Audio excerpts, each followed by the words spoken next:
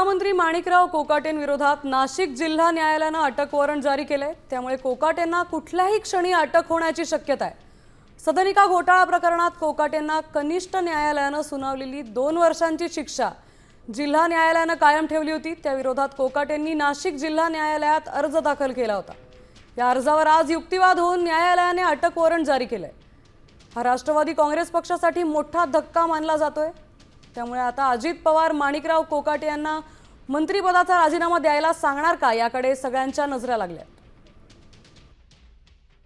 मंत्री माणिकराव कोकाटे यांच्या विरोधामध्ये अखेर अटक वॉरंट जारी झालेला आहे आणि या सगळ्या संदर्भामध्ये जे याचिकाकर्ते होते ॲडव्होकेट आशुतोष राठोड ते आता आपल्या सोबत आहे। सरकारी वकिलांनी हे लक्षात आणून दिलं की कोकाटे साहेब कॅबिनेट मंत्री आहेत, त्यांनी कॅबिनेट मीटिंग अटेंड केलेली आहे, सिन्नरच्या नगरपालिका रॅलीमध्ये ते आहेत, वेगवेगळ्या कार्यक्रमांना उपस्थिती लावत आहेत।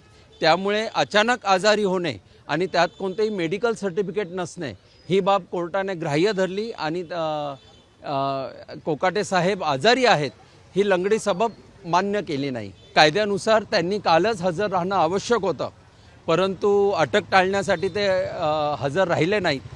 परंतु शेवटी कायदा हा कायदा असतो। आज कायद्याने आवश्यक ती प्रक्रिया पूर्ण केली।